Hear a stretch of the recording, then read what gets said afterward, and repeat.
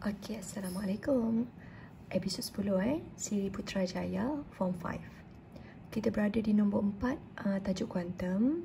So dekat sini awak ada graf Pak CY, awak ada kinetik maksima, unit EV. Pak CS, frekuensi unit Hertz. Soalan pertama dia tanya definisi fungsi kerja. Kuantiti fizik fungsi kerja adalah W. So akan cakaplah dia merupakan sejenis tenaga, tapi tenaga yang berlaku pada masa frekuensi minima. Okey, so dia adalah tenaga minima. Untuk foto elektron terlepas dari permukaan logam. So this is melibatkan kesan fotoelektrik. Okey, untuk soalan B, jika diberi fungsi kerja 3, so tulis siap 3 elektrovolt bersamaan W, hitungkan frekuensi ambang. Okey, untuk dapat frekuensi ambang, formula yang terlibat adalah formula W sama dengan HF0. Ini diberi pada muka surat hadapan. So nak dapat F0 semata-mata, pindahkan dia. Okey, salinkan dalam formula. Cuma awak tak boleh dalam bentuk elektrovolt, awak kena transfer kepada joule. So nak dapat joule, awak kena darab dengan 1.6 10 kuasa negatif 19. Dia diberi dalam muka surat hadapan juga. So at the end of the day, unit awak akan menjadi joule. So dekat sini saya akan tukar 3.00 menjadi unit joule. Barulah awak bagi dengan pemalar Planck. Pemalar Planck given juga di muka surat hadapan 6.63 10 kuasa negatif 34. Okay, tekan kalkulator. Oleh sebab itu F0 awak, frekuensi ambang awak 7.24 10 kuasa 14 Hz. Soalan seterusnya tanya awak apakah nilai tenaga bagi Q. Alright, untuk dapat nilai tenaga bagi Q, awak kena guna formula E sama dengan W campur tenaga kinetik maksima. Okay, guna formula ni. So awak kena masukkan balik tenaga kinetik maksima daripada formula dekat sini. Okay, tapi untuk Q lah. Kemudian awak kena masukkan fungsi kerja awak 3 tadi. Okay, disebabkan semua akan berunit elektrovolt, so awak boleh maintain 3 EV. Okay, dari sini awak nampak tenaga kinetik maksima untuk nilai Q berada di sini. So awak boleh copy paste 0.6. Okay, kemudian awak tulis di sini sahaja. Okey, untuk soalan seterusnya, C ni dia tanya, apa yang akan berlaku pada pancaran? Pancaran tu jadi macam mana? Bertambah ke? Berkurang ke? Sama ke? Kalau nilai frekuensi ambang itu tidak dicapai, maksudnya dia dalam keadaan rendah daripada frekuensi ambang. Jelaskan jawapan anda. Barulah awak akan dapat 3 markah. So make your 3 points here. Dan awak akan tulislah awak punya jawapan. Kalau tak mencapai frekuensi minimum, maksudnya dia tak melepasi pun, macam awak exam, awak tak lepas pun border tu. So kita akan anggap dia tiada pancaran. Takkan berlaku pancaran. Okay, pancaran apa? Fotoelektron. Awak boleh salin balik soalan tadi. Okay, bila ditanya jelaskan, awak terus tulislah frekuensi ambang seperti yang kita sedia maklum adalah 7.24. Salin balik jawapan tadi. So kalau dia tak capai benda ni, nilai frekuensi awak kurang daripada ini, tidak akan berlaku. Akan berlaku proses tadi. Baik, nombor 6, soalan tingkatan 5 melibatkan litar. So dia adalah tajuk elektrik. So awak kena compare lah antara gambar rajah pertama dengan gambar rajah kedua. So kalau tengok daripada penyataan ini, awak diberi perbezaan rintangan dalam. So gambar pertama R 6.1 ialah 0.5.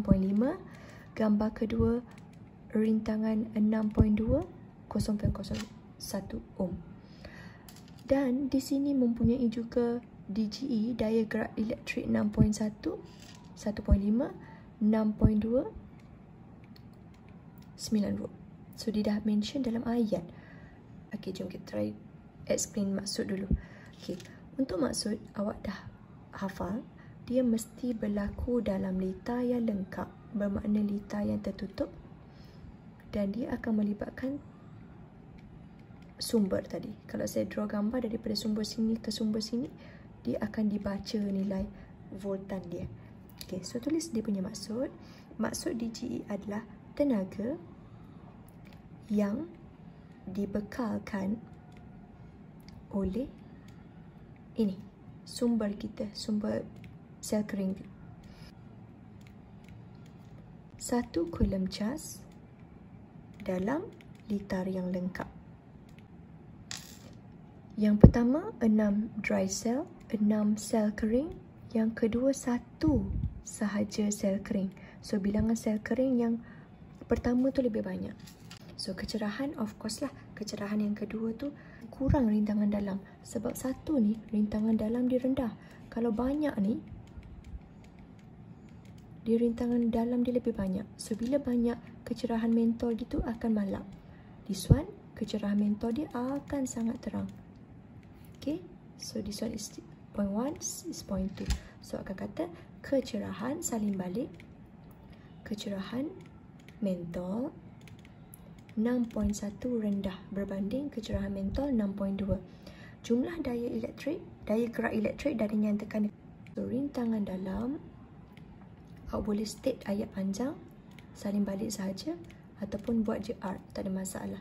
Untuk gambar pertama, alright. Kemudian, apakah perbandingan arus? So, bila rintangan tinggi kan payah arus nak lalu kan?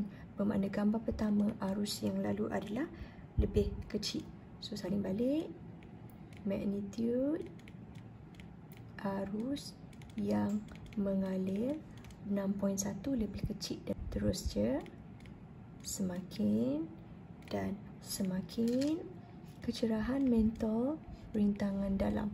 So, kalau boleh apa yang duduk atas ni mesti manipulate, yang awak ubah. Ini adalah respon, kesan.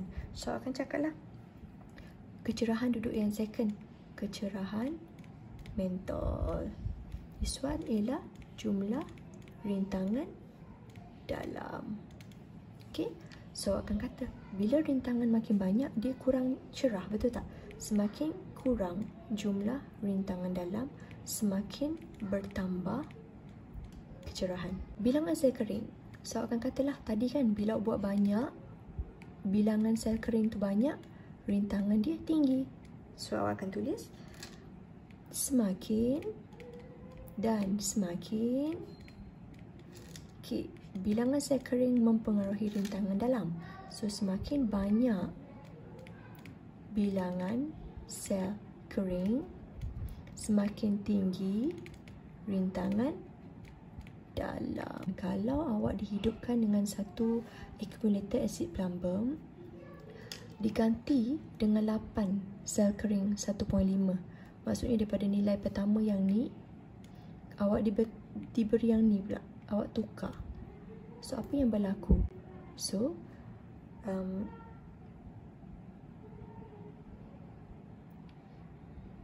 okay, bilangan sel kering yang banyak, okay, yang kemudian yang after, bila dia makin banyak, rintangan makin bertambah. Bila makin bertambah, dia payah nak hidup. So akan kata arus semakin kurang. Ada possible tak boleh hidup. Okay, boleh hidup tak dia tanya. So ada possible tidak boleh hidup, ataupun susah nak hidup. So saya akan terus nyatakan kereta payah atau tidak boleh hidup. Okay, payah nak hidup kerana rintangan dalam yang tinggi. Okey, soalan form 5 yang seterusnya berada dalam tajuk tekanan. Awak ada submarine, kapal selam. Okey. Prinsip kapal selam, of course, dia akan menyelam ataupun terapung. So, prinsip yang menggunakan konsep dia adalah prinsip Archimedes. Okey, apungan Okey, sekarang awak diberi nilai di atas dan awak kena cari daya apung. So, daya apung awak boleh guna formula mg kerana mg itu ada kaitan dengan berat air tersesar, W. So, masuk saja nilai 1.5 mass of submarine. Okey, lepas awak masukkan awak punya nilai gravity 9.81. Okey, awak boleh buat dalam bentuk angka bererti ataupun 1471500000. Tak ada masalah. Yang penting jangan lupa unit Newton ni. Okay. Seterusnya, awak mesti cadangkan pengubahsuaian. Macam mana dia nak masuk laut, dia nak meneroka, nak menyelam. So, kena pastikan bentuk kapal selam tu ada bentuk yang tirus macam ni.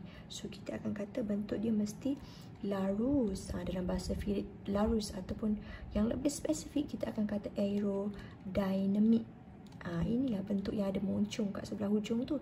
So, dia akan berfungsi mengurangkan rintangan. Kalau dia masuk air, maksudnya dia mengurangkan rintangan air. Okay, kalau aerofoil dekat udara, saya buat catatan kalau aerofoil pun dia ada larus juga hujung macam tu, tapi dia nak kurangkan juga rintangan, tapi dia nak kurangkan rintangan udara. Okay, dekat kapal laut atau kapal selam, rintangan air. Okay, terus. Okay, bahan kapal selam mestilah sejenis bahan yang kita nak kata dia boleh mudah untuk tenggelam ataupun dia kuat. So, kita akan kata berketumpatan tinggi. So, bila dia berketumpatan tinggi, dia akan tahan tekanan air, tekanan tinggi pada air. Okay. Next, awak nak dinding kapal selam itu pun dinding yang kuat ataupun dinding yang tebal. Kuat lah saya ambil, salah satu, tak ada masalah. So, pun akan jadi jawapan yang sama. Tahan tekanan yang tinggi.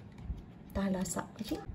Baik, untuk nombor 10 adalah soalan fizik nuklear. Alright, perebutan. So, dekat sini awak akan nampak objek pertama uranium 238. So, kalau saya tulis 238 merebut menjadi thorium. Kemudian thorium ni dia akan menghasilkan pula item selepasnya, Pa. Okey, so Pa adalah 234 dan seterusnya adalah U234. So, lepas U234 dia akan pergi kepada TH, thorium lagi sekali, tapi isotop yang lain lah 230. Dan seterusnya radium 226. Ini proses dia, mereput dan seterusnya mereput dan seterusnya mereput. Maksud siri maksudnya dia ada chain, dia ada rantaian, dia bersambung-sambung. So, pastikan awak tulis jawapan awak. Dia merupakan proses, of course proses perebutan. Perebutan siapa? Before kepada after. So, rebutan nukleus yang tidak stabil, ni ciri dia, kepada atau menjadi nukleus yang baru yang lebih stabil. Dia takkan macam tu je, dia mesti nak balance. Kalau di sini 238, so di sini 234, mesti ada tambahan sebelah kat sini juga. Sinar apa yang terpancar dekat sini. So, dia akan tulis memancarkan, dengan memancarkan sinar radioaktif. Kan bagaimana, okay, 1, 2, 3, 4, bagaimana siri radium 226 terhasil daripada uranium 238. Okay, saya patah ke atas. Macam mana ini menghasilkan finally ini. So, dia ada berlaku beberapa separuh hayat ni.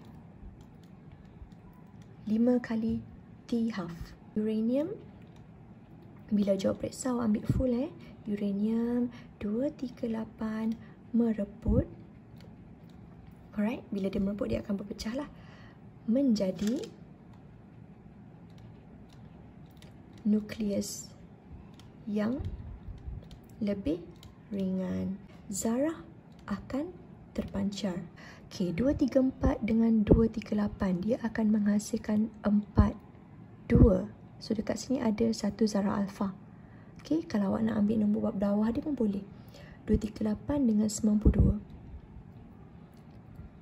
234 dengan 90. So, tengoklah nombor bawah dia. 92 dengan 90 menghasilkan 2. 238 dengan 234 menghasilkan 4. Okay, saya tak nak banyak sangat nombor, takut pening. So dekat sini lah awak tengok 234 dan 234 seterusnya biasanya akan nampak elektron lah. Sebab dia kosong negatif 1 kan. Kosong negatif 1. Okay. Next. 234 dan 230. Ini pun helium. Sebab ada 4 ni. 4 dengan kosong 4. Okay. 230 dan 226. Tolak awak akan dapat 4 juga. So dia akan dapat helium juga kat sini. 90 dengan 90 nampak tak berubah kan? Bila nampak tak berubah, sedangkan di sini sepatutnya ada 2. Sepatutnya ada nilai 2. So awak tak boleh jadikan dia seolah-olah dia tak berubah. Dia mesti ada berubah. So kita akan kata dekat sini akan ada lagi satu elektron. Okay, kalau saya boleh kira untuk awak, sila tengok sebelah sini 2, 3, 4 sama dengan 230 campur berapa? So akan kata 4, betul? Okay, tengok bawah dia. 90 dan 90 campur 2. Ni tak balance. So bila dia tak balance, sini kena tolak 2. Barulah di balance. So dekat sini akan berlaku lagi 1 kosong. Okay. Untuk dapat lagi 1 kosong, dia akan ada 2 biji. Barulah dia akan dapat sini 2 elektron. Nampak tak? Negatif 1, negatif 1. So, dia akan dapat negatif 2 kan? So, dekat sini akan berlaku 1 alfa, 1 beta, 1 beta. Okay, kalau saya boleh conteng lagi sekali dekat sini. So, dekat thorium ni akan ada lagi 2 beta. Awak nampak sini ada alfa. Sini ada alfa. Sini ada alfa. Okay. Kemudian, kalau saya buat warna lain, awak akan perasan dekat sini ada elektron. So, 3 alfa, 3 beta. Zarah yang terpancar adalah 3 zarah alfa dan 3 zarah beta. Okay, next. Apabila awak dah memancarkan, awak kena cakap lah tentang perkataan masa ni. Okay, ada berapa kali separuh hayat tadi kita kira? Radium 226 terhasil selepas separuh hayat. Okay. Okay, ini masuk tentang pengiraan. Okay, pengiraan jisim Okay, dia ada separuh hayat 36.1 minit. Okay, saya dah tekan 2-3 kali T half. So, penghujung untuk dapat 108 adalah berada pada separuh hayat yang ketiga.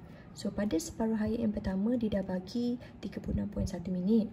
Separuh hayat yang kedua, bila saya tekan kalkulator, dia akan dapat 72.2 minit. Okay, ni masa dia yang di bawah anak panah ni. Okay, 96, apabila dia menjadi separuh, dia akan dapat 48 gram. 48 gram, apabila dia menjadi separuh lagi, dia akan mendapat 24 gram. After 3 kali rebutan, so 24 ini akan mendapat 12 gram. Ini last sekali. So, soalan dia tanya, berapakah GC sampel yang tidak mereput? So, yang tidak mereput tu baki. Ada berapa lagi yang belum mereput? Okay, so your answer should be baki yang tertinggal. Okay. Terus, berapakah jisim yang telah mereput selepas masa tersebut? So, kena tengok beza lah. Apakah jisim awal? Apakah jisim yang baki? So, itu adalah jisim yang mereput. Jisim mereput. So, tekan kalkulator. At the end of the day, awak akan dapat nilai 84 gram. Jangan lupa unit dia tanya jisim tu. Okey, soalan seterusnya dia bagi bahan-bahan radioaktif. Awak tengok ada pilihan. Tapi awak punya kata kunci ialah awak kena tahu ciri untuk membunuh kanser. Membunuh kanser selalunya kita ambil kalau daripada julat EM tu, awak akan ambil yang lambda yang paling halus. Bermakna frekuensi yang paling tinggi. Okey? So, awak akan ambil yang jenis radioaktif lah.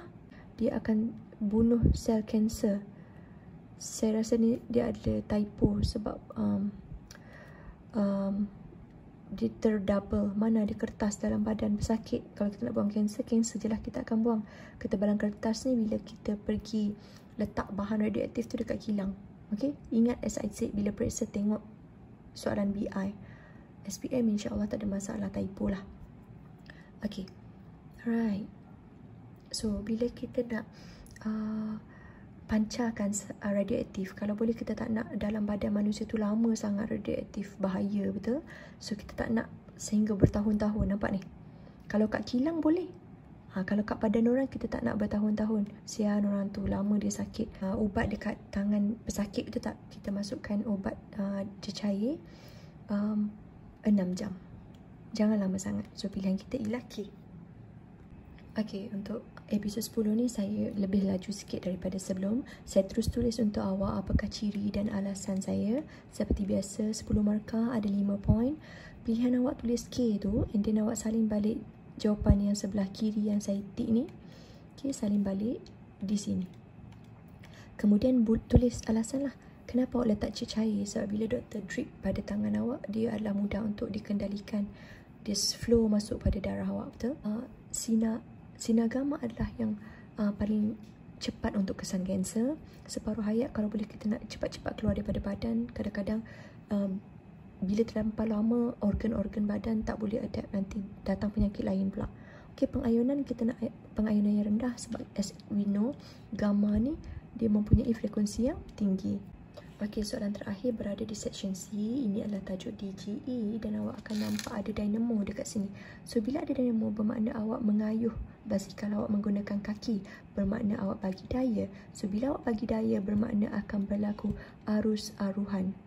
Okey, Fleming kanan. Okey, sekarang soalan tanya maksud hukum Faraday. So akan kata nilai ataupun magnitude DGE teraruh. Kita ambil balik yang konsep DGE teraruh ke atas tadi tu, berkadar terus dengan siapa? Okey, so berapa DGE teraruh? Katakanlah saya kata 5 volt. Berkadar terus dengan apa? Pemotongan flux magnet. Okey, salin dulu, cikgu saya terang Maksudnya, kalau beri DGE 5 volt, contoh so pemotongan flux magnet tu adalah berlaku sebanyak 5. Contoh macam ni. 1, 2, 3, 4, 5. Contoh so kalau bagi DGE teraruh tu lagi besar, contoh 50, yang teraruh tu, dia akan menyebabkan potongan flux magnet tu sebanyak 50, lagi banyak. That's why dia akan lebih nyala. Mentol tu, kalau bagi 5 volt DGE teraruh, dia akan nyala sikit saja. Tapi kalau saya bagi 50, so dia akan nyala lebih banyak. So, pemotongan flux lebih besar lah. Okey, sekarang soalan tanya. Bandingkan kekuatan 1 markah, bilangan lilitan, kecerahan lampu. So, kalau saya garis lagi nampak sebenarnya. Nyatakan hubungan antara bilangan lilitan dengan kecerahan. Nombor 4. Dan nombor 5, nyatakan hubungan bilangan lilitan dengan magnitude arus aruhan yang terhasil. So, dah ada 5 poin, 5 markah lah. Okay. So, yang terakhir, saya akan kata semakin, saya ambil yang bawah ni sebab kebetulan saya berada dekat sini. Semakin tinggi bilangan lilitan, di konsep dia berkadar terus je tau. Gegelung, maknanya semakin besar, salin balik je, magnitude arus aruhan akan terhasil. Okay, semakin tinggi, semakin tinggi. Okay, next. Kalau saya naik ke atas, bilangan dengan kecerahan, of course dia juga semakin bertambah. Semakin bilangan lilitan kan, semakin banyak bilangan lilitan, semakin tinggi kecerahan. Mentol. Okay, gitu. So, barulah awak boleh banding gambar kekuatan lilitan dan kecerahan. Kekuatan lilitan dan kecerahan. So, of course yang kedua ni sangat besar. Sebab dia nampak ni, kecerahan kat sini besar. Di sini juga nampak besar. Nampak? Lilitan ni banyak ni. So, bila banyak, kecerahannya banyak. Okay, so dah boleh salin balik semua dan pastikan yang kedua tu lebih besar. Kekuatan magnet yang kedua lebih besar. Bilangan lilitan 11.2 lebih besar. Kecerahan lampu ataupun mentol 11.2 lebih besar. Bagaimana aruhan dapur itu berfungsi? Induction cooker. So, tulis pada 4 poin. Saya letak kat sini je. So dia mesti akan ada aruhan dekat dia punya tempat nak letak periuk tu. So mesti akan ada cerita Fleming kanan berlaku tu. Awak kena terangkan. Okay, saya start Right. So akan bagi tahu finally untuk berlaku arus aruhan. Betul? So dia mesti akan berlaku bekalan dulu. Mesti ada bekalan dulu. So akan kata DGE akan teraruh menyebabkan arus aruhan terhasil. Ni awak dah sedia tahu dah. Arus teraruh. Ni dia punya last. Untuk dapat berlaku arus, dia mesti akan berlaku pemotongan flux magnet. Saya terbalikkan daripada kesan kepada punca. Pun boleh juga asalkan awak tahu hubungan dia. Okey.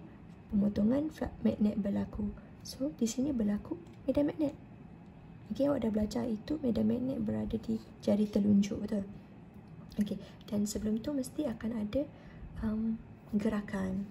Okey, untuk ada berlaku gerakan, awak akan kata mesti akan ada satu part bertindak sebagai utara, satu part bertindak sebagai selatan. Bila mereka bertembung, contoh macam ni bila mereka bertembung kat ruang sini, sini utara, satu daya pergi akan menyebabkan sini akan menghalang. Bila dia menghalang, di sini juga akan menjadi utara. So akan mention bahawa berlaku arah arus yang menentang perubahan gerakan. Yang saya tunjuk atas ni, nota dekat atas ni. Kemudian ini akan mematuhi siapa? Siapa yang ajar benda ni? So dia akan mematuhi hukum Lenz. Awak kena bagi tahu untuk konsep menentang ni. Lenz yang ajar. Alright, di sini akan berlaku daya lah. Sebab dia akan menolak antara satu sama lain. Okey, soalan seterusnya, awak akan terangkan pengubahsuaian, ciri-ciri dasar dapur, bilangan lilitan gegelung, magnitude dan jenis arus yang mengalir. So dekat sini 3, 4, sedangkan di 10 markah. So awak kena ambil mana-mana point tu kepada 2 point. Okey, sekarang saya cuba dapatkan di sebelah sini. Okey, di situ saya letakkan 2 ciri dasar periuk. Okey, dia sebenarnya lebih kurang je. Cuma saya mengolah kepada ayat yang berbeza kuantiti fizik. Okey, tengok yang atas Saya kata rintangan besar. Bila rintangan besar, dia akan cepat panas. Dan tapak periuk tu juga saya kata konduktor haba yang bagus. Bermakna arus aruhan akan banyak besar. So, dua-dua ni adalah ciri yang lebih kurang, tapi saya menggunakan kuantiti fizik yang berbeza. So, barulah saya pergi kepada bilangan lilitan. So, macam biasa, awak akan kata bilangan lilitan akan besar.